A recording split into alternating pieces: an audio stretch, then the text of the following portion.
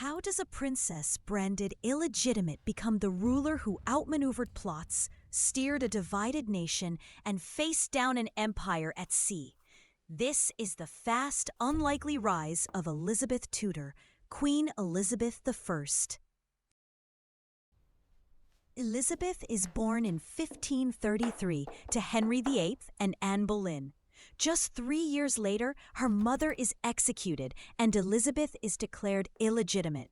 Her future looks narrow, yet she's still a princess in everything but name, watched by Europe and walking a tightrope at court.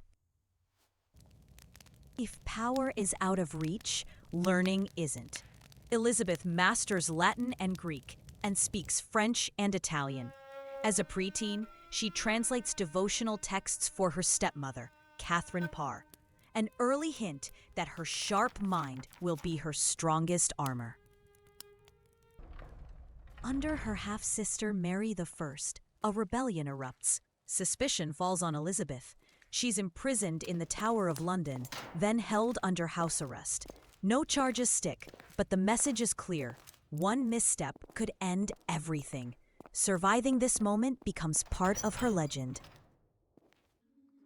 Mary dies. Elizabeth becomes queen at 25. England is religiously divided and politically fragile. Elizabeth's first big move?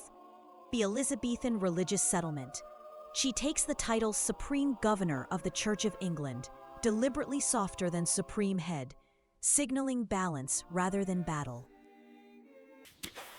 2 acts, supremacy and uniformity, set up a national church with a Protestant prayer book, but room for some traditional ceremony. It's a careful middle path.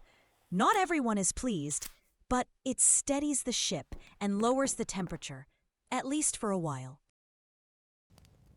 Smallpox nearly kills Elizabeth in 1562 and leaves scars. She leans into image making. White lead makeup, elaborate wigs, and carefully controlled portraits project an ageless Gloriana. In 1596, the Privy Council even orders that unflattering images be destroyed, one of history's early examples of state-managed branding. Elizabeth never marries, but she uses proposals as political levers. Suitors circle: Spain's Philip II, England's own Robert Dudley, and the French Duke of Anjou. Across continents, she trades letters with Ivan IV of Russia, Ivan the Terrible, who writes in strikingly personal terms, blurring diplomacy with the suggestion of alliance. Marriage talk is strategy, not romance. While courtiers dance, spy master Francis Walsingham builds a surveillance web. Messages in beer barrel stoppers, invisible ink made from oak galls, and cipher wheels fill the shadow war. In 1586, Thomas Phelps cracks the Babington Plot. He even sketches a tiny gallows on a decoded letter. The result is the trial and execution of Mary, Queen of Scots, Elizabeth's cousin and rival. An act that removes a focal point for conspiracies, but deepens tensions abroad. The ocean becomes Elizabeth's other frontier. Francis Drake circles the globe.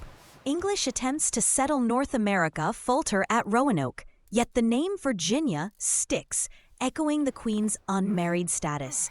In 1600, she grants a charter to the East India Company, planting a commercial flag that will shape global trade for centuries. The crisis peaks when Spain assembles the Armada. Along England's coast, beacons flare. English ships are faster and more maneuverable. Fire ships scatter the Spanish formation at Calais. Weather turns against the Armada as it drives north and wrecks on distant coasts. Strategy and storm together decide the outcome. At Tilbury, Elizabeth rides among the troops.